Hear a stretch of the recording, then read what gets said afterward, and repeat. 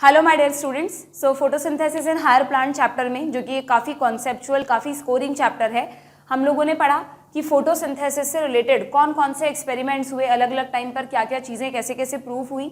Last session में हम लोगों ने पढ़ा फोटोसिंथेटिक एपरेटस के बारे में कि जो लीफ, अगर हम प्लांट की बात करें, प्लांट के ग्रीन पार्ट्स में लीफ की बात करें तो लीफ में जो मीजोफिल टिश्यू होता है, उस मीजोफिल टिश्यू में हर सेल के अंदर 40 से 100 क्लोरोप्लास्ट होते हैं। आप लोगों ने सेल चैप्टर में ये डेटा दे रखा था। तो उस क्लोरोप्लास्ट के अंदर किस तरह लाइट रिएक्शन या डार्क रिएक्शन होगी, तो क्लोरोप्लास्ट के स्ट्रक्चर में मैंने आप लोगों को बताया था कि क्लोरोप्लास्ट में एक मेम्ब्रेन सिस्टम होता है। इस मेम्ब्रेन सिस्टम पे ग्रेना है। Grana is made up of many thylakoid, है ना, थाइलेकॉइड सिक्कों की तरह है जो एक के ऊपर एक अरेंज है, और एक स्टैक ऑफ कॉइन्स आपको दिख रहा है, दैट इज ग्रेना। सभी ग्रेना आपस में कनेक्टेड रहते हैं, किसके थ्रू? स्ट्रोमल लैमेली के थ्रू, और इस पूरे को हम कहते हैं मेम्ब्रेन सिस्टम। पढ़ा था हम लोगों ने, एक बार मैं आपको ब्रीफ दे रही हूँ क्योंकि आज का टॉपिक पूरा इसी से कोरिलेटेड है। तो ये जो आपको एनसीईआरटी में दिख रहा है, ये पूरा इसका मेम्ब्रेन सिस्टम है। इसी मेम्ब्रेन सिस्टम में जो मेम्ब्रेनस पार्ट है उन पर सिचुएटेड है लाइट हार्वेस्टिंग कॉम्प्लेक्स, यानी कि फोटो सिस्टम, जो क्या करता है? लाइट एनर्जी को ट्रैप कर क्या बनाता है? एटीपी और एनएडीपीएच2 बनाता है। अब जैसे जैसे एटीपी एनएडीपीएच2 बनते जाते हैं वो स्ट्रोमा को देता जाता है, और स्ट्रोमा का क्या काम है? स्ट्रोमा में कई सारे एंजाइम्स प्रेजेंट होते हैं जो इस एटीपी को यूज करके, इस एनएडीपीएच2 को यूज करके CO2 ट्रैप करके उससे क्या बना देता है? ग्लूकोज बना देता है। ठीक है, तो फोटोसिंथेसिस जो है वो दो पार्ट्स में डिवाइडेड है। लाइट रिएक्शन जो कि इस मेम्ब्रेन सिस्टम पर होगी, ग्रेना और स्ट्रोमल लैमेली पर, और डार्क रिएक्शन जो कि इस स्ट्रोमा वाले पार्ट में होगी। ओके, इसमें भी हमने पढ़ा था कि जैसे मैंने आपको कहा था कि इस मेम्ब्रेन पर ये जो डॉट है वो डॉट एक सिंगल पिगमेंट नहीं है, बल्कि वो पिगमेंट्स का एक बंच है, एक ग्रुप है, जिसको बोलते हैं फोटो सिस्टम। उस फोटो सिस्टम में 4 तरह के पिगमेंट्स होते हैं। क्या? कौन कौन से? जो चीफ पिगमेंट है वो है क्लोरोफिल ए, जैसे यहाँ पर ये क्लोरोफिल ए को इंडिकेट कर रहा है, और इसके चारों तरफ इसको सराउंड करते हुए बहुत सारे एसेसरी पिगमेंट्स हैं, thousands of pigments bounded to the protein. ठीक है, इसमें हमने पढ़ा कि जैसे ही सनलाइट इन पर गिरती है, जैसे ये देखो थाइलेकॉइड की मेम्ब्रेन दिखाई है आपको, जैसे थाइलेकॉइड ऐसे है तो थाइलेकॉइड की मेम्ब्रेन दिखाई है ये आपको, है ना। तो इस मेम्ब्रेन में ये क्या दिख रहा है आपको? ये दिख रहा है फोटो सिस्टम, जो कि 2 तरह के होते हैं, फर्स्ट और सेकंड। इस फोटो सिस्टम में एक सिंगल मॉलिक्यूल तो होगा क्लोरोफिल ए का, that act as the reaction centre, और उसको सराउंड करे हुए बहुत सारे एंटीनी मॉलिक्यूल्स होंगे, एसेसरी पिगमेंट्स होंगे, जिसमें आ जाएगा chlorophyll B, carotenoids and xanthophyll. ठीक है, यहाँ तक एकदम क्लियर हो गई थी चीज़ें। अब हमें क्या समझना है आज कि किस तरह ये जो फोटो सिस्टम है, एक अकेला फोटो सिस्टम तो है नहीं। आप सोचो क्लोरोप्लास्ट में कितना बड़ा मेम्ब्रेन सिस्टम है, तो इस मेम्ब्रेन सिस्टम पर हजारों लाखों फोटो सिस्टम्स हैं, जो कि 2 तरह के हैं, या तो वो PS1 है या तो वो PS2 है। तो वो किस तरह लाइट एनर्जी को ट्रैप करेंगे और कैसे उससे एटीपी बनाएंगे, that we have to study today in the topic light reaction. ठीक है, तो एनसीईआरटी में जो हेडिंग है व्हाट इज लाइट रिएक्शन, वो तो हम कल कवर कर चुके हैं, जिसमें मैंने आपको पूरा समझाया था कि फोटो सिस्टम्स का अरेंजमेंट कैसे होता है। अब इसी का कंटिन्यूएशन है आगे। क्या कंटिन्यूएशन है इसका? कहाँ गया नेक्स्ट टॉपिक आपका? ये रहा, that is the electron transport system. ठीक है, इस पर जाने से पहले मैं तुमको एक छोटा सा चार्ट बना देती हूँ, जिससे तुमको दिमाग में रहे चीज़ें कि फोटोसिंथेसिस में हम क्या पढ़ने वाले हैं। तो अगर हम फोटोसिंथेसिस को 2 पार्ट्स में डिवाइड कर रहे हैं, कौन कौन से 2 पार्ट्स? एक तो लाइट रिएक्शन और दूसरा डार्क रिएक्शन। तो हमेशा ध्यान रखना है, लाइट रिएक्शन में क्या होगा? लाइट रिएक्शन में जो सोलर एनर्जी है वो क्या करेगी? वो फोटो सिस्टम्स को स्टिमुलेट करेगी। फोटो सिस्टम को क्या करेगी? स्टिमुलेट करेगी। PS मतलब फोटो सिस्टम, ईदर 1 और 2। और जब वो फोटो सिस्टम स्टिमुलेट होगा ना, जब बहुत सारी लाइट एनर्जी उस पर पड़ेगी, तो उसका जो रिएक्शन सेंटर है वहां से इलेक्ट्रॉन्स का लॉस होगा। ये भी मैंने आपको बताया था कि ये जो एरो आपके एनसीईआरटी में बताया है, ये किसको इंडिकेट कर रहा है? ये इलेक्ट्रॉन्स को इंडिकेट कर रहा है, और इन्हीं इलेक्ट्रॉन्स को पकड़ने के लिए यहीं पर आसपास में और भी अलग अलग तरह के कंपाउंड्स या कॉम्प्लेक्सेस होंगे। ठीक है, तो जैसे ही यहाँ से इलेक्ट्रॉन निकल के कोई दूसरा उसको पकड़ेगा, उसे आप कहोगे प्राइमरी इलेक्ट्रॉन एक्सेप्टर, PEA। क्या कह दोगे उसको आप? यहाँ पर भी आप लिख सकते हो, this is primary electron acceptor, इसको आप शॉर्ट में PEA बोल दो। ये अलग अलग हो सकते हैं PEA। ठीक है, अब समझना बहुत ध्यान से कि जैसे ही इलेक्ट्रॉन्स को ये पकड़ेगा ना तो इसके पकड़ते ही एक इलेक्ट्रॉन ट्रांसपोर्ट चेन शुरू हो जाएगी बच्चों। यहाँ पर सोच लो बहुत सारे थाइलेकॉइड हैं, अब इलेक्ट्रॉन यहाँ से निकले इसने पकड़ा, यहाँ से निकले इसने पकड़ा, फिर किसी और ने पकड़ा, ऐसे करके इलेक्ट्रॉन एक से दूसरे जगह पर, यूँ समझ लो एक घर से दूसरे घर में कूदेंगे, और जब वो कूद रहे हैं बार बार, जब वो जंप कर रहे हैं, जब उनका ट्रांसपोर्ट हो रहा है तो बीच में किसी एक जगह उनका डाउनहिल ट्रांसपोर्ट होगा। डाउनहिल ट्रांसपोर्ट का मतलब जब वो एक से दूसरे कॉम्प्लेक्स में जाएंगे तो कुछ एनर्जी का लॉस होगा और उसी एनर्जी को पकड़कर क्या बन जाएगा, एटीपी बन जाएगा। तो लाइट रिएक्शन में बेसिकली क्या होगा कि सोलर एनर्जी से फोटो सिस्टम स्टिमुलेट होगा। फोटो सिस्टम जब स्टिमुलेट होगा तो लॉस ऑफ इलेक्ट्रॉन्स फ्रॉम किससे होगा, हमेशा रिएक्शन सेंटर से, चीफ पिगमेंट से, ठीक है। और ये जो इलेक्ट्रॉन्स हैं इनको कौन पकड़ेगा, they are accepted by primary electron acceptor, जो कि अलग अलग होते हैं, पीईए लिख दिया मैंने शॉर्ट में। अब यहां से इलेक्ट्रॉन्स ट्रांसफर होंगे और क्या शुरू हो जाएगा, ईटीएस, इलेक्ट्रॉन ट्रांसपोर्ट सिस्टम शुरू हो जाएगा, ठीक है। इस इलेक्ट्रॉन ट्रांसपोर्ट सिस्टम के दौरान किसी भी एक जगह पर क्या होगा, इलेक्ट्रॉन्स का डाउनहिल ट्रांसपोर्ट होगा। यहां पर मैं लिख देती हूं, या ऐसा करती हूँ यहाँ लिखती हूँ, इस ईटीएस के दौरान क्या होगा, डाउनहिल ट्रांसपोर्ट होगा इलेक्ट्रॉन्स का। डाउनहिल समझते हो ना, अपहिल यानी जहां पर एनर्जी गेन हो रही हो, जैसे अगर यहाँ से इलेक्ट्रॉन निकले फोटो सिस्टम से लाइट एनर्जी लेकर तो वो अपहिल ट्रांसपोर्ट है क्योंकि इलेक्ट्रॉन्स में एनर्जी आई है। बट अगर नीचे, जैसे सीधी सी बात है कि अगर हम पहाड़ी चढ़ रहे हैं तो हमको ज्यादा एनर्जी चाहिए, लुढ़कते हुए नीचे आ रहे हैं तो वो पैसिव फॉल भी हो सकता है ना। तो जब भी इलेक्ट्रॉन लाइट एनर्जी लेकर निकलेंगे तो उसको कहते हैं अपहिल ट्रांसपोर्ट, और जब भी उनके ट्रांसपोर्ट के दौरान एनर्जी का लॉस हो रहा है तो उसको क्या कहते हैं, डाउनहिल ट्रांसपोर्ट। तो ये जो डाउनहिल ट्रांसपोर्ट है इलेक्ट्रॉन्स का, it will lead to ATP formation, तो मेनली लाइट एनर्जी में क्या हुआ, सोलर एनर्जी को एटीपी में कन्वर्ट कर दिया। कैसे करा, समझ में आई ना बात आप लोगों को, अभी तो मैंने बिल्कुल ब्रीफली बताया है। अभी हम पढ़ेंगे डिटेल में कि ये ईटीएस, इलेक्ट्रॉन ट्रांसपोर्ट सिस्टम कैसे होता है। इसमें भी आप ध्यान रखना ये दो तरह से होता है, या तो ये होता है नॉन साइक्लिक और एक होता है साइक्लिक, ठीक है। जैसे आपकी एनसीईआरटी में दो डायग्राम है, देखो जो नेक्स्ट हेडिंग है वो है इलेक्ट्रॉन ट्रांसपोर्ट में दो स्कीम दिखाई है, एक तो जेड स्कीम, इस जेड स्कीम को आप लिख लो नॉन साइक्लिक, जेड स्कीम को क्या बोलते हैं, नॉन साइक्लिक ईटीएस, ठीक है। और एक डायग्राम और है 13.6, ये है साइक्लिक ईटीएस। ये जो वर्ड लिखा है इसका मीनिंग अभी बताती हूँ मैं आपको। ईटीएस, फोटो फॉस्फोराइलेशन, इसका क्या मतलब है, बहुत इंपॉर्टेंट वर्ड है, नीट में कई बार क्वेश्चन आया। ये पूरा ना आज का हमारा पूरा लॉजिकल समझने वाला कॉन्सेप्चुअल टॉपिक है, तो एनसीईआरटी से पढ़ने के साथ साथ हम इसमें एडिशनल चीज़ें मैं आपको समझाने के लिए बताऊंगी कि क्या क्या इंपॉर्टेंट है, ठीक है।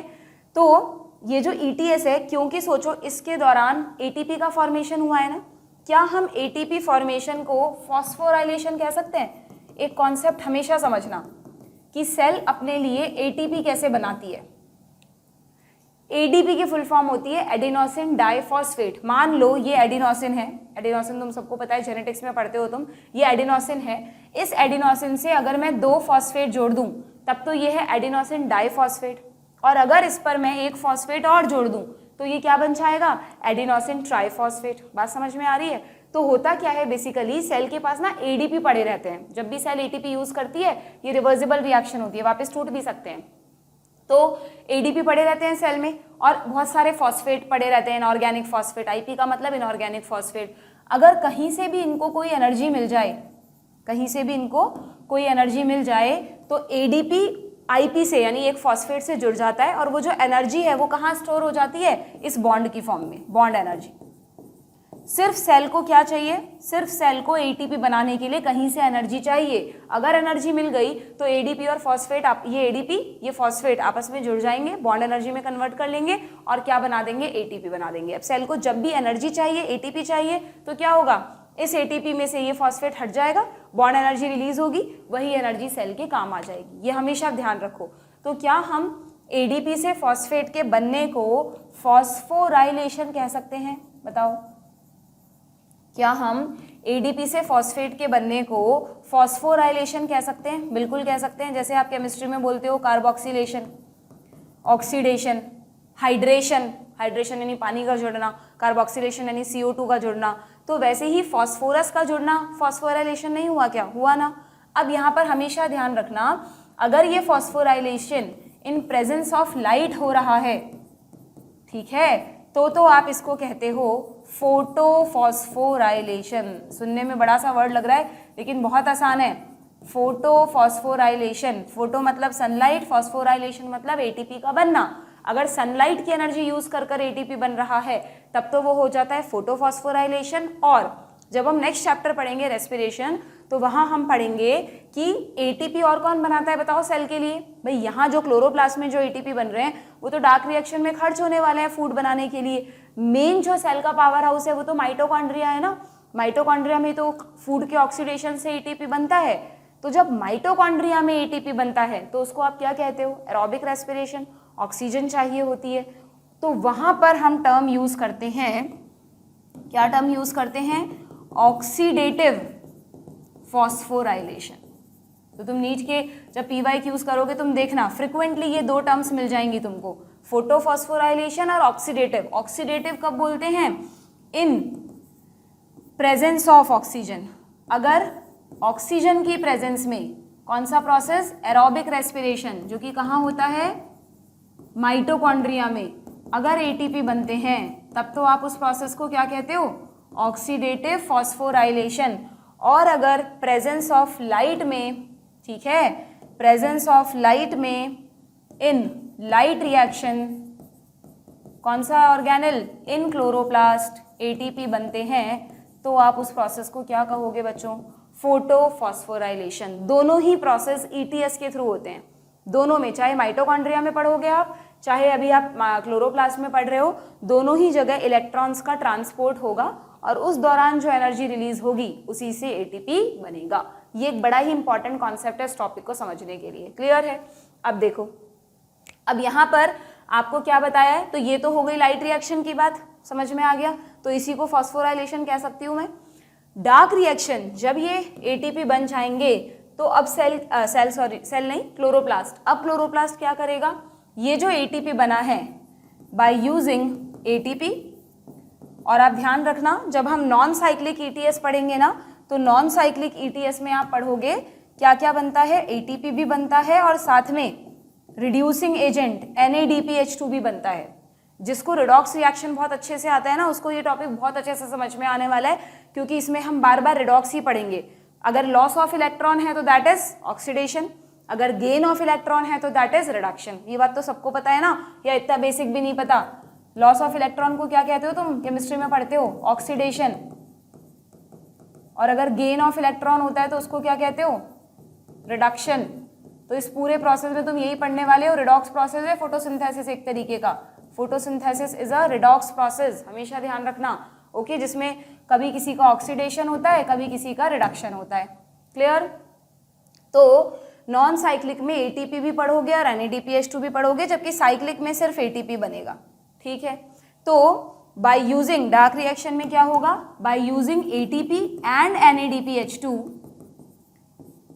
जो स्ट्रोमल एंजाइम्स हैं, स्ट्रोमल एंजाइम्स, स्ट्रोमा में कई तरह के एंजाइम्स हैं, स्ट्रोमल एंजाइम्स क्या करेंगे? Stromal enzymes take CO2 from air and synthesis of sugars. क्या होगा? शुगर्स का फॉर्मेशन होगा, यानी कि ग्लूकोज बनेगा। ठीक है, जो कि एक साइक्लिक प्रोसेस है।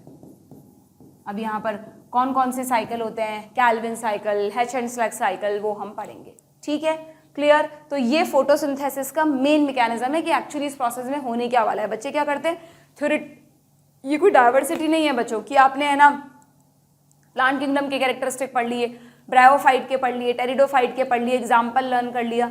ये पूरा एक से दूसरा रिलेटेड प्रोसेस है। अगर आपने कोई इसका बेसिक नहीं पता, एक प्रोसेस नहीं पता, तो आगे वाला समझ में नहीं आने वाला। ठीक है, तो पूरा चैप्टर एक ही रिदम में कंटिन्यूएशन में समझना है आप लोगों को।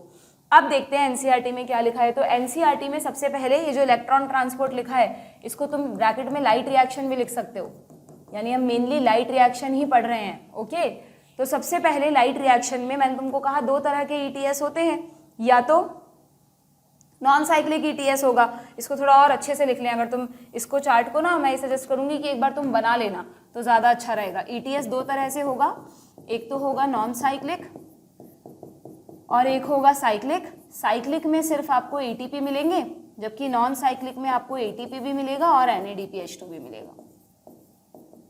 ठीक है, तो यहाँ पर आपको बेसिकली नॉन साइक्लिक समझाया है। पहले क्या लिखा है, इन फोटो सिस्टम, यहाँ पर लिख लो जिससे कंफ्यूज नहीं हो। ETS में तुम लिख दो यहाँ ब्रैकेट में नॉन साइक्लिक ETS। ओके, क्या लिखा है देखें, इन फोटो सिस्टम 2, सबको याद है फोटो सिस्टम 1 का रिएक्शन सेंटर कौन था जिसके ज्यादा मार्क्स आए हैं 700, सेकंड का कौन था 680।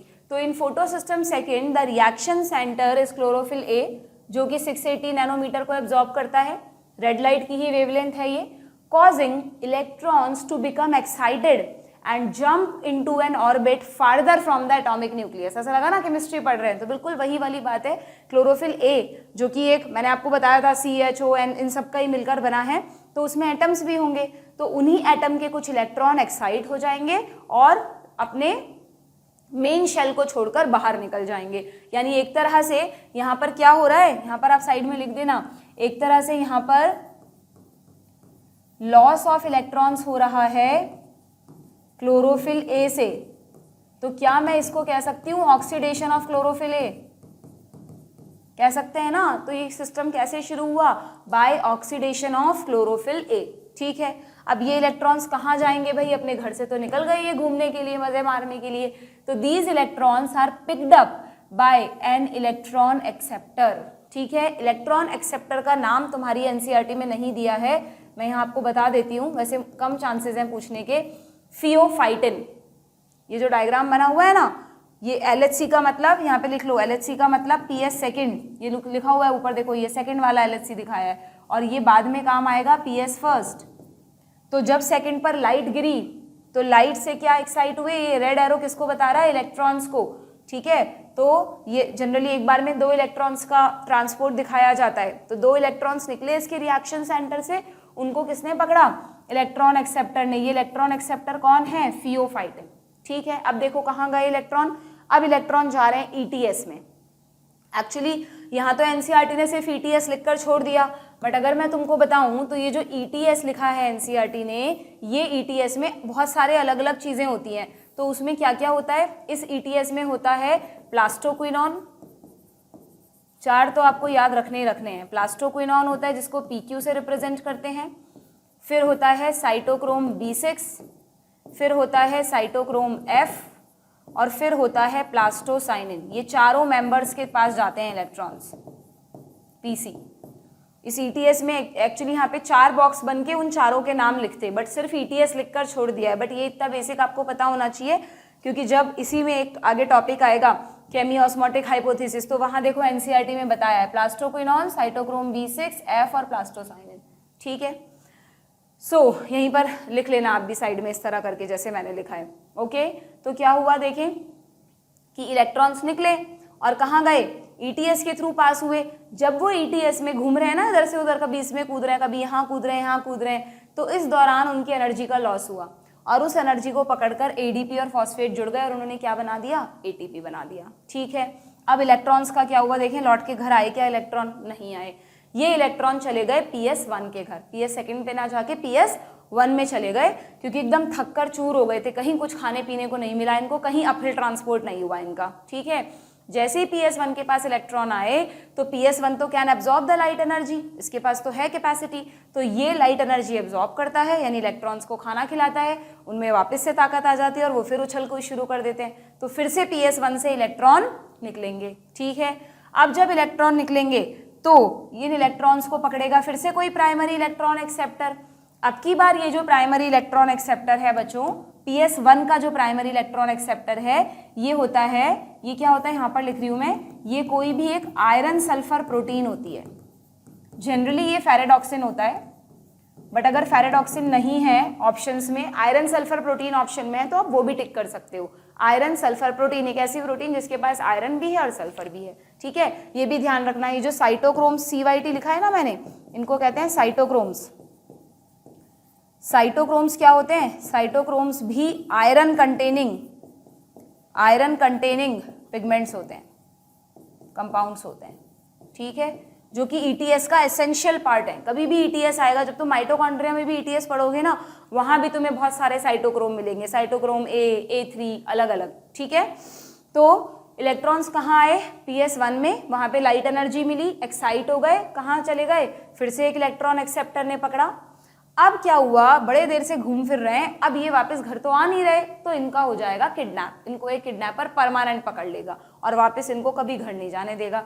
वो किडनैपर कौन है, वो है NADP प्लस, जिसके पास आपको दिख रहा है एक इलेक्ट्रॉन की डेफिशिएंसी है। ये ढूंढ रहा था बहुत देर से कि यार मुझे कहीं से इलेक्ट्रॉन मिल जाए और मैं भी स्टेबल हो जाऊं। तो ये जो इलेक्ट्रॉन्स घूम रहे थे, इन इलेक्ट्रॉन्स को कौन पकड़ेगा लास्ट में, ध्यान रखना, NADP प्लस, जो कि किडनैपर है। और ये NADP प्लस क्या करेगा, इलेक्ट्रॉन्स को तो यहाँ से पकड़ेगा, और जहां पर भी ये प्रेजेंट है मेम्ब्रेन के आसपास, ये सब कुछ कहाँ हो रहा है, ये सब कुछ थाइलेकॉइड की मेम्ब्रेन पर हो रहा है बच्चों, स्ट्रोमा में नहीं हो रहा है ये सब चीजें। थाइलेकॉइड की मेम्ब्रेन पर मान लो, जैसे देखो इस डायग्राम से कितना अच्छा दिखाया है, जैसे ये थाइलेकॉइड की मेम्ब्रेन है, क्लोरोप्लास्ट नहीं है ये एक थाइलेकॉइड है। समझ रहे हो क्या बात मेरी, क्या कह रही हूँ मैं, कि ये क्लोरोप्लास्ट होता है, उस क्लोरोप्लास्ट के अंदर बहुत सारे थाइलेकॉइड होते हैं, तो ये एक थाइलेकॉइड बनाया है, ठीक है। इस थाइलेकॉइड पर PS2 दिखाया है आपको, यहाँ PS1 दिखाया है आपको, और ये जो इलेक्ट्रॉन उछल कूद कर रहे हैं, घूम रहे हैं, ये सब चीजें यहाँ हैं। देखो PS सेकंड से प्लास्टोक्विनॉन, प्लास्टोक्विनॉन से साइटोक्रोम B6F, प्लास्टोसाइनिन PS1, तो सब चीजें मेम्ब्रेन पर है। ये सब कुछ कहाँ हो रहा है, मेम्ब्रेन पर हो रहा है। और PS1 से जब इलेक्ट्रॉन निकले, फेरेडॉक्सिन, देखो FD लिख दिया ना इन्होंने, ये फेरेडॉक्सिन के लिए लिखा है, और फेरेडॉक्सिन से किडनैप कर लिए किसने, NADP प्लस ने। तो NADP प्लस इस मेम्ब्रेन के बाहर की तरफ है, ठीक है। ये क्या करता है NADP प्लस, बाहर की तरफ, यानी थाइलेकॉइड के बाहर क्या है, स्ट्रोमा है ना। तो ये NADP प्लस क्या करता है, इलेक्ट्रॉन्स को तो यहाँ से उठाता है, और इसको हाइड्रोजन आयंस भी चाहिए। हाइड्रोजन आयंस को कहाँ से उठाता है, स्ट्रोमा में से, चारों तरफ स्ट्रोमा है ना, तो हाइड्रोजन आयंस को कहाँ से उठाता है, स्ट्रोमा में से, और जुड़ के क्या बना देता है, NADPH, ठीक है। तो यहाँ पर हम लिख देते हैं कि NADP प्लस ने जब इलेक्ट्रॉन्स उठाए, प्लस साथ में इसने हाइड्रोजन आयन लिए, और क्या बना दिया, NADPH। देखो एक इसकी फुल वैलेंसी, एक इसकी वैलेंसी है, 2 इलेक्ट्रॉन से दोनों फुलफिल हो गई, NADPH बन गया। कई बार इसको थ्योरी में NCERT ने ऐसे भी लिखा हुआ है, इसको ऐसे भी दिखाते हैं बच्चों, इस रिएक्शन को देखना, NADP प्लस, अब ये 2 हाइड्रोजन आयन अगर उठाएगा, और मैं कह रही हूँ इलेक्ट्रॉन 2 ही हैं, तो 3 और इलेक्ट्रॉन्स की कमी है ना, 2 तो प्रोटॉन्स के पास, एक इसके पास, तो ये क्या बना देता है, NADPH प्लस H प्लस, ऐसे लिखते हैं इसको। NADPH में इसकी फुलफिल हो गई, इसकी फुलफिल हो गई, एक हाइड्रोजन अभी भी आयन की फॉर्म में है, ठीक है। तो इसको NADPH2 भी लिख देते हैं और NADPH प्लस H प्लस भी लिख देते हैं। तो आप कंफ्यूज मत होना कि कहीं ऐसे लिखा हुआ है, कहीं ऐसे लिखा हुआ है, वो बात एक ही है, बस नंबर ऑफ हाइड्रोजन आयंस अलग अलग है, ठीक है। NADP की फुल फॉर्म बताई थी क्या मैंने लास्ट सेशन में, याद है, nicotinamide, adenosine, dinucleotide phosphate, ठीक है। अब यहाँ पे एक बहुत इंपॉर्टेंट चीज सुनना, जब NADP प्लस इलेक्ट्रॉन्स को किडनैप करता है हाइड्रोजन आयंस की मदद से, और फाइनल प्रोडक्ट क्या बनाता है, NADPH, उस दौरान इसको एक एंजाइम की जरूरत पड़ती है, बिना एंजाइम के रिएक्शन नहीं होती। कौन सा एंजाइम यहाँ पर यूज होता है, यहाँ पर यूज होता है FNR। क्या नाम है इसकी फुल फॉर्म, क्या है, फेरेडॉक्सिन, यहाँ पर फेरेडॉक्सिन है ना, तो फेरेडॉक्सिन NADP रिडक्टेज, क्या नाम है इस एंजाइम का, फेरेडॉक्सिन, FD लिख दिया मैंने, ये रहा फेरेडॉक्सिन का FD, फेरेडॉक्सिन NADP रिडक्टेज, क्योंकि ये फेरेडॉक्सिन से निकले हुए इलेक्ट्रॉन NADP पकड़ रहा है, तो दोनों को जो एंजाइम लिंक कर रहा है उसका नाम है फेरेडॉक्सिन NADP रिडक्टेज। बट बहुत बार इसका नाम ये नहीं आता ऑप्शंस में, सिंपली इसको NADP रिडक्टेज भी बोल देते हैं। देखो जरा NADP का रिडक्शन हो रहा है क्या, NADP में अगर इलेक्ट्रॉन जुड़ रहे हैं तो इलेक्ट्रॉन के जुड़ने को क्या कहते हैं, रिडक्शन। तो एंजाइम कौन सा हुआ, रिडक्टेज, सोचने की जरूरत ही नहीं है, ठीक है। तो ये एंजाइम भी आपको ध्यान रखना है। अभी जो मैं आपको डायग्राम दिखा रही थी उसमें देखो FNR लिख के छोड़ दिया NCERT ने, अब ऐसी चीजें छोटी छोटी छूट जाती हैं। तो FNR की फुल फॉर्म है फेरेडॉक्सिन NADP रिडक्टेज। पूछ लेंगे तुमसे कौन सा एंजाइम यूज होता है नॉन साइक्लिक स्कीम में सबसे लास्ट स्टेप पर। ओके, समझ में आ गया क्या, क्या ये इलेक्ट्रॉन कभी घर वापस आए, नहीं, इनका तो किडनैप हो गया, परमानेंट किडनैप है ये इनका। तो फिर सोचो अगर इसके इलेक्ट्रॉन निकले और यहीं पर किडनैप हो गए तो अगली बार फिर से कहाँ से इलेक्ट्रॉन निकलेंगे? भाई वैलेंस इलेक्ट्रॉन तो वही थे, वो तो अब है नहीं, तो कहीं ना कहीं से इसको इलेक्ट्रॉन मिलने भी तो चाहिए वापस, तभी तो ये दोबारा इस प्रोसेस को शुरू करेगा PS2। तो इसलिए वेरी वेरी इंपॉर्टेंट समझना इस कॉन्सेप्ट को कि अब इसकी इलेक्ट्रॉन डेफिशिएंसी फुलफिल करने के लिए, क्योंकि हम पढ़ रहे हैं नॉन साइक्लिक ETS जहां पर इलेक्ट्रॉन अपने घर से निकले उछल कूद करते हुए किडनैप हो गए, तो यहाँ पर इलेक्ट्रॉन्स तो आ नहीं रहे वापस, तो इसकी इलेक्ट्रॉन डेफिशिएंसी फुलफिल करने के लिए there is oxidation of water.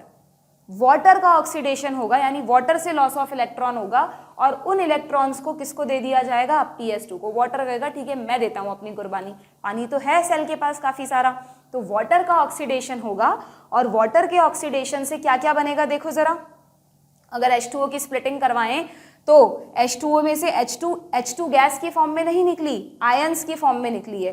2 hydrogen ion तो इलेक्ट्रॉन बने होंगे, 2 इलेक्ट्रॉन, और ऑक्सीजन गैस की फॉर्म में निकली है। जो O एटम दिखाया है इसको कई बार हाफ O2 भी लिख देते हैं, ठीक है। अगर 2H2O का ब्रेक डाउन करूंगी तो 1 O2 मिल जाएगा, ठीक है। तो ये है ऑक्सीडेशन ऑफ वाटर। तो बहुत क्वेश्चन आता है नीट में कि ऑक्सीडेशन ऑफ वाटर कौन सी स्कीम से रिलेटेड है, नॉन साइक्लिक स्कीम से या साइक्लिक से? भाई साइक्लिक में तो इलेक्ट्रॉन क्या होंगे, यहाँ से सबक ले लेंगे कि हम उस समय किडनैप हो गए थे तो उसमें तो चुपचाप इलेक्ट्रॉन ना इधर से घर लौट आएंगे, कहीं और नहीं जाएंगे, तो वहां तो जरूरत है नहीं।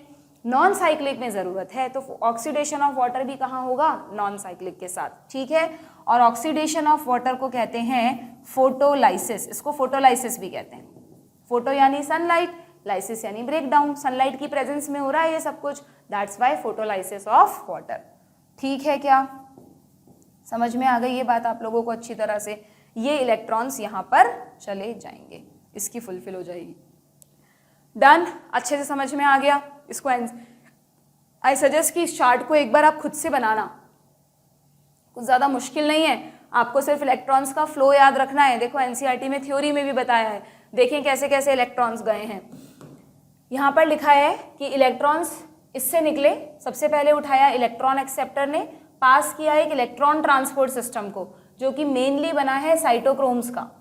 This movement of electron, highlight करो, very very important, is downhill. इसी दौरान तो एनर्जी लॉस हुआ है, तभी तो ATP बना है। In terms of an oxidation, reduction और रिडॉक्स पोटेंशियल स्केल, क्लियर, हर जगह आपको रिडॉक्स मिलेगा यहाँ पर। The electrons are not used up as they pass through the ETS but are passed on to the pigments of photo system 1। और ETS से लौट के वो घर नहीं आए, बल्कि कहाँ चले गए? वो चले गए, they are passed on to the PS1। ध्यान है जब PS1 PS2 पढ़ा था हमने तो वहां पर एक लाइन आई थी कि PS1 और PS2 का जो नाम रखा गया है वो उनके काम करने की सीक्वेंस के बेस पर नहीं है, not in the sequence in which they function, but वो उनकी डिस्कवरी की सीक्वेंस के बेस पर है। तो इसीलिए कहा गया था वो, क्योंकि अगर आप नॉन साइक्लिक को देखो तो पहले PS2 एक्टिवेट होता है, बाद में PS1 एक्टिवेट होता है, क्लियर।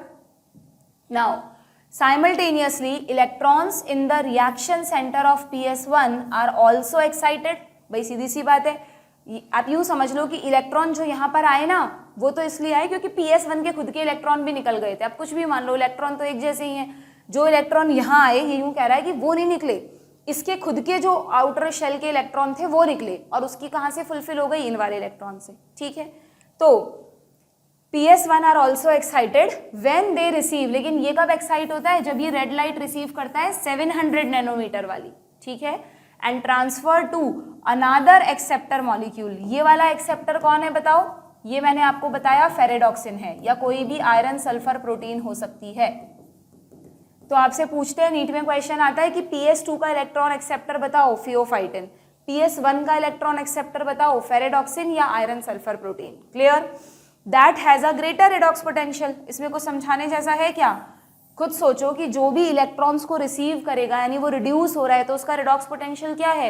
रिडॉक्स पोटेंशियल मतलब रिडक्शन पोटेंशियल, तो वो ज्यादा है, इसीलिए तो उसका रिडक्शन हो रहा है, वो एक्सेप्ट कर पा रहा है इलेक्ट्रॉन्स को। समझते हो ना?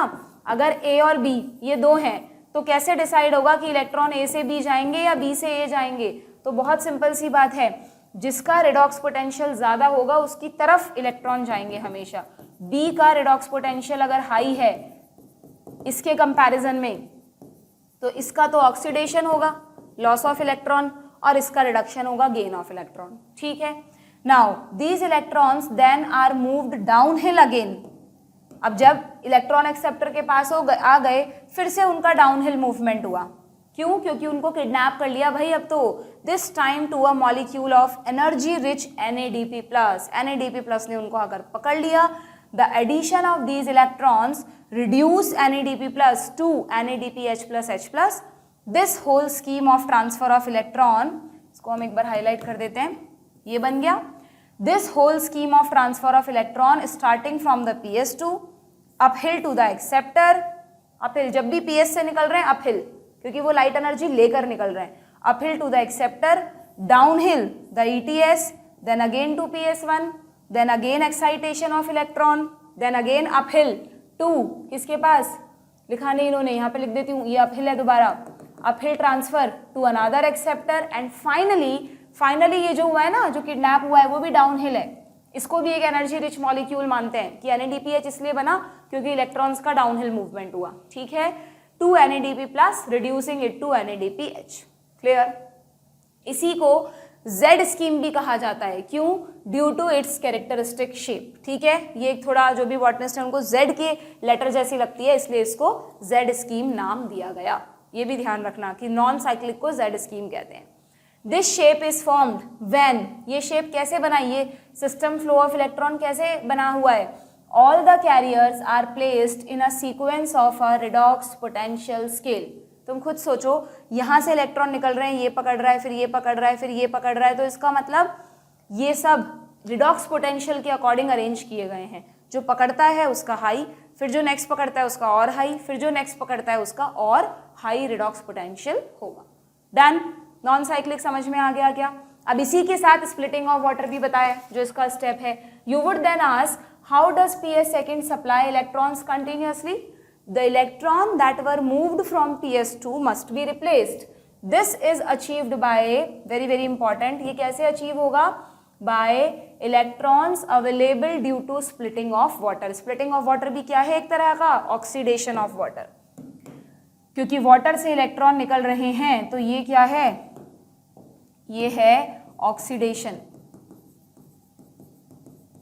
ऑफ वाटर, जिसको कि स्प्लिटिंग ऑफ वाटर या फोटोलाइसिस ऑफ वाटर भी कहते हैं। और हमेशा ध्यान रखना बच्चों, इस वाले स्टेप के लिए दो आयंस चाहिए प्लांट को, एक मैंगनीज आयंस और एक chloride ions. Mineral nutrition chapter नहीं पढ़ा ना अभी, एनटीए ने उस पर क्वेश्चन मार्क लगाया हुआ है, देंगे या नहीं देंगे, तो वहां भी लिख रखा है और यहाँ पर भी ध्यान रखो, यहाँ लिख लो आप कि स्प्लिटिंग ऑफ वाटर के लिए दो मिनरल्स चाहिए, मैंगनीज, मैग्नीशियम नहीं, मैंगनीज एंड क्लोराइड, मन कल, ठीक है, मैंगनीज Mg नहीं, मैंगनीज Mn और क्लोराइड।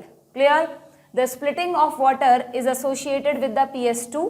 हमेशा बहुत बार आया ये स्टेटमेंट नीट में कि वाटर स्प्लिटिंग किससे रिलेटेड है, PS1 से या PS2 से? PS2 से। वाटर इज स्प्लिट इनटू, जब वाटर टूटता है तो क्या क्या बनते हैं? हाइड्रोजन आयन, मॉलिक्यूलर ऑक्सीजन और इलेक्ट्रॉन्स। एक वाटर से ये बनेगा, दो से ये बनेंगे, बैलेंस भी फॉर्म में भी पूछ सकते हैं। दिस क्रिएट, और देखो इससे कितना बड़ा एडवांटेज मिल गया, नोट किया क्या तुमने?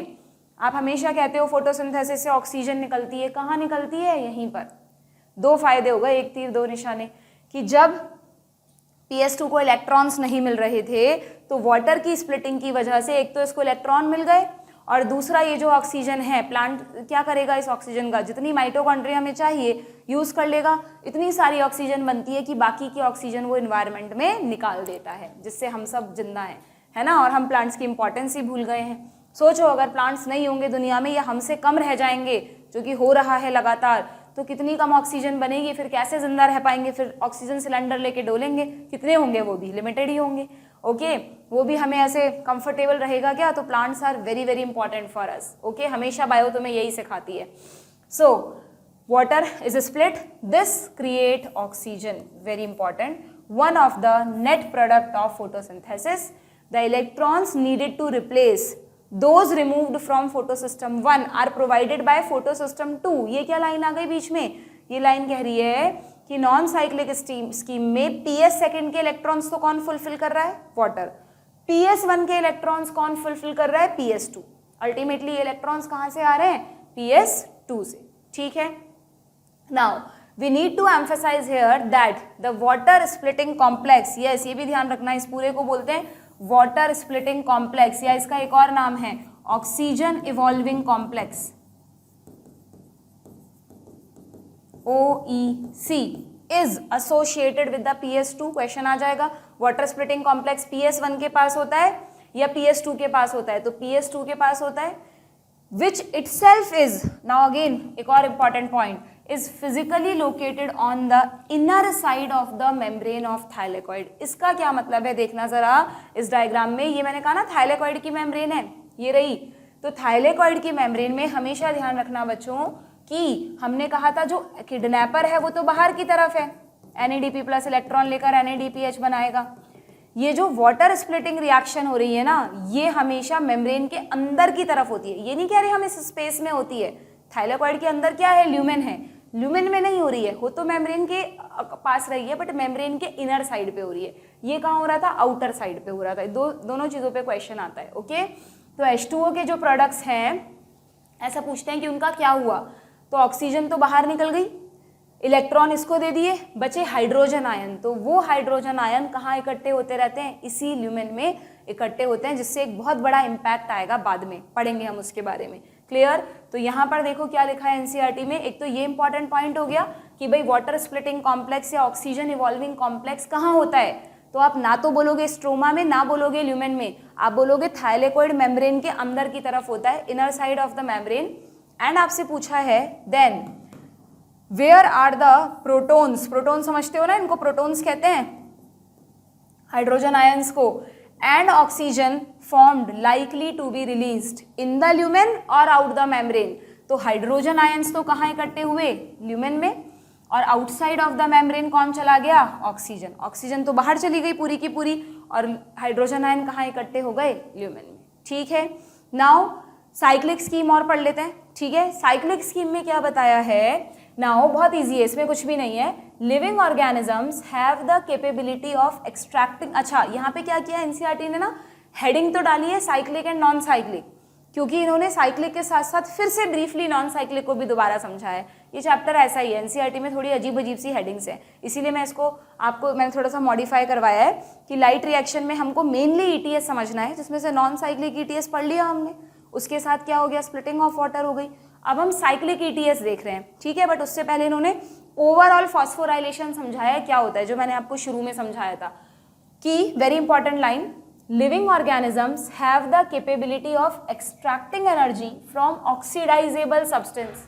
देखा जाए तो यहाँ पर ऑक्सीडाइजेबल सब्सटेंस कौन है, chlorophyll A, and store this in the form of bond energy. वो क्या कह रहा है स्टेटमेंट, कि जब एक ऑक्सीडाइजेबल सब्सटेंस का ऑक्सीडेशन होता है, यानी लॉस ऑफ इलेक्ट्रॉन होता है, तो उन इलेक्ट्रॉन्स से क्या करा जाता है, उन इलेक्ट्रॉन्स को पकड़ के उनकी एनर्जी को स्टोर किया जाता है। किस फॉर्म में स्टोर किया जाता है, बॉन्ड एनर्जी की फॉर्म में स्टोर किया जाता है। ठीक है, now special substance like ATP, और ये बॉन्ड एनर्जी कहाँ किस फॉर्म में मिलती है सेल को, ATP की फॉर्म में। ATP carry this energy in their chemical bond, जो शुरू में मैंने समझाया था। The process through which ATP is synthesized, that is phosphorylation, वो कहाँ होता है, अगर हम कह रहे हैं अगर ये माइटोकॉन्ड्रिया में होता है या तो ये क्लोरोप्लास्ट में होता है। ठीक है, इस प्रोसेस को क्या कहा इन्होंने, इस प्रोसेस को कहा फॉस्फोराइलेशन। अगर ये फोटोफॉस्फोराइलेशन है तो what is photophosphorylation, synthesis of ATP from ADP and IP in the presence of light. अच्छे से मैंने रिएक्शन के फॉर्म में लिख के बता दिया है आपको कि अगर लाइट की प्रेजेंस में ये प्रोसेस हो रहा है तब तो आप इसको क्या कहोगे, फोटोफॉस्फोराइलेशन। और अगर लिखा नहीं इन्होंने, बट वो आप नेक्स्ट चैप्टर में पढ़ोगे कि अगर ऑक्सीजन की प्रेजेंस में ये प्रोसेस हो रहा है, कहाँ, माइटोकॉन्ड्रिया में, तब आप इसको कहोगे ऑक्सीडेटिव फॉस्फोराइलेशन।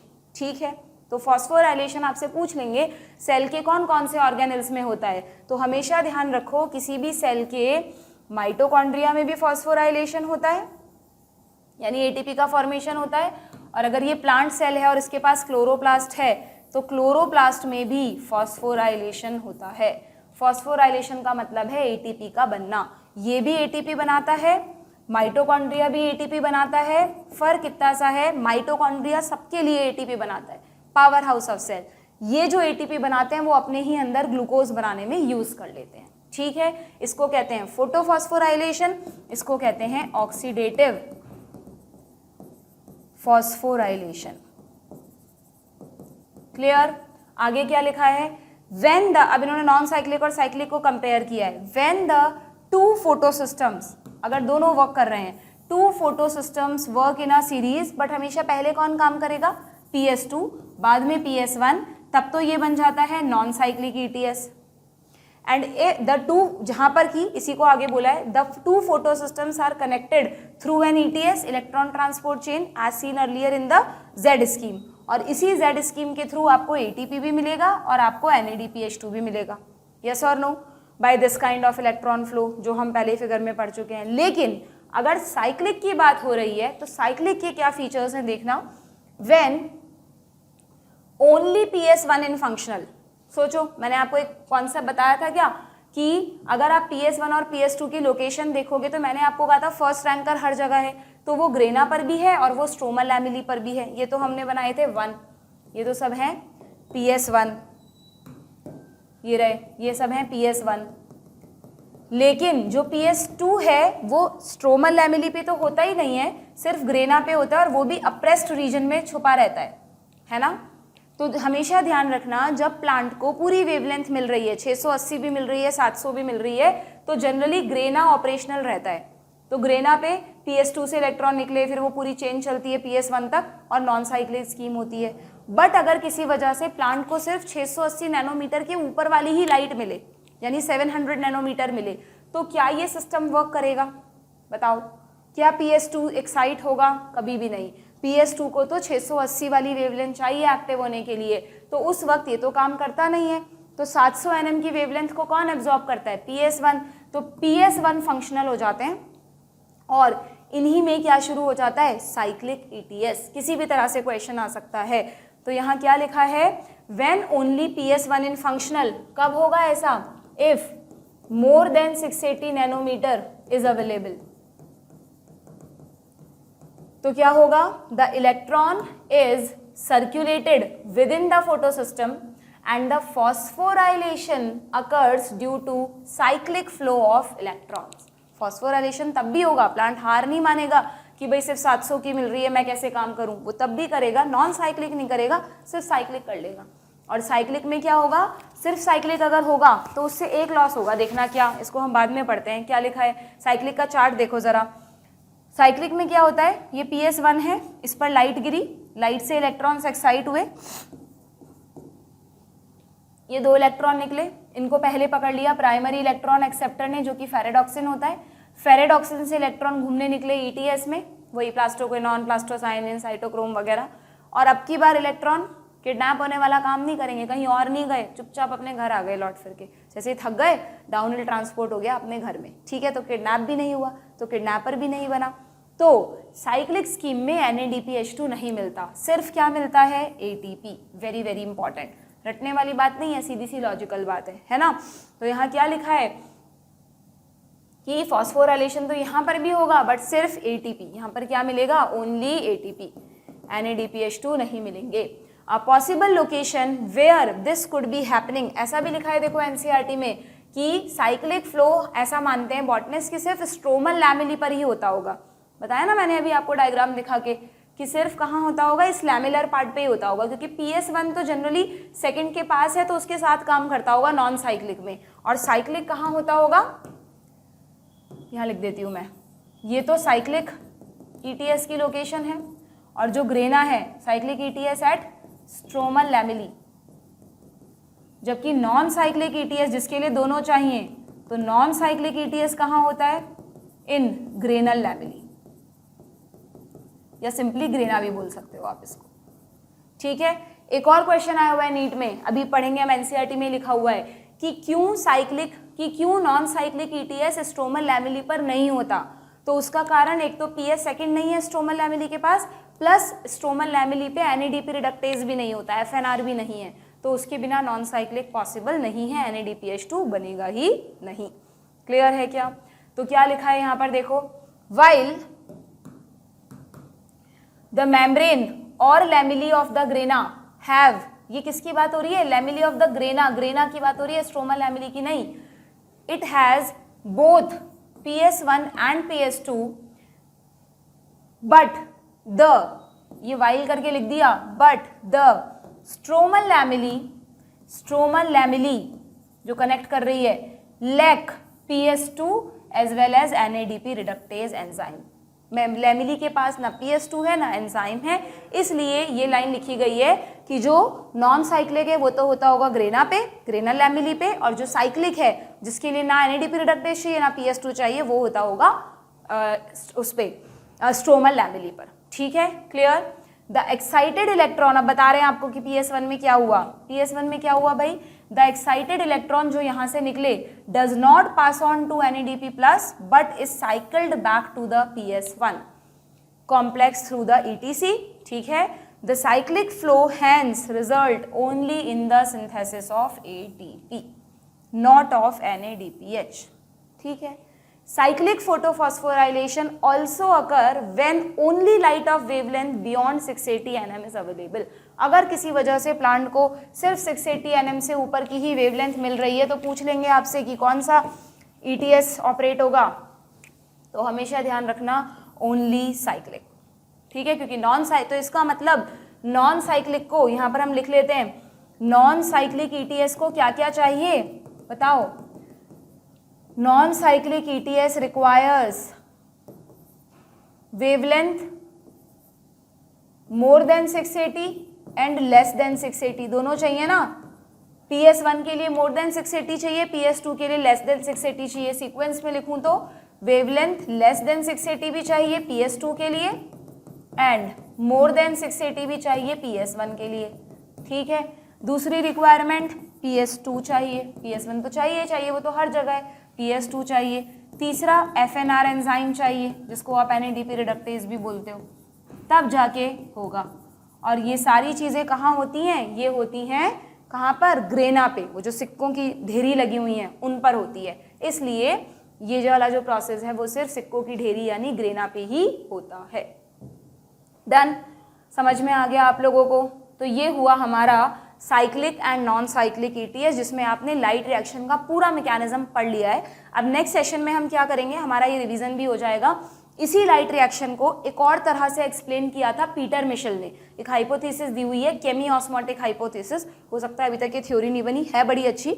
इन्हीं चीज़ों को जो हमने पढ़ी उसी को उन्होंने अलग तरह से समझाया और बताया कि ATP फॉर्मेशन में एक और कॉम्प्लेक्स एक चैनल गेट बताया, ATP सिंथेज, इसका क्या रोल है। ठीक है, तो that we'll study in the next session. अभी हमने लाइट रिएक्शन के सारे मैकेनिज्म्स पढ़ लिए हैं, किस तरह से स्प्लिटिंग ऑफ वाटर हुई, कैसे नॉन साइक्लिक हुआ।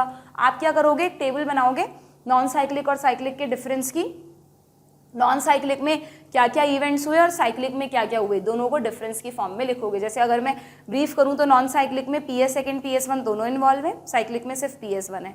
Non cyclic splitting of water भी होती है, साइक्लिक में ऐसा कुछ नहीं होता।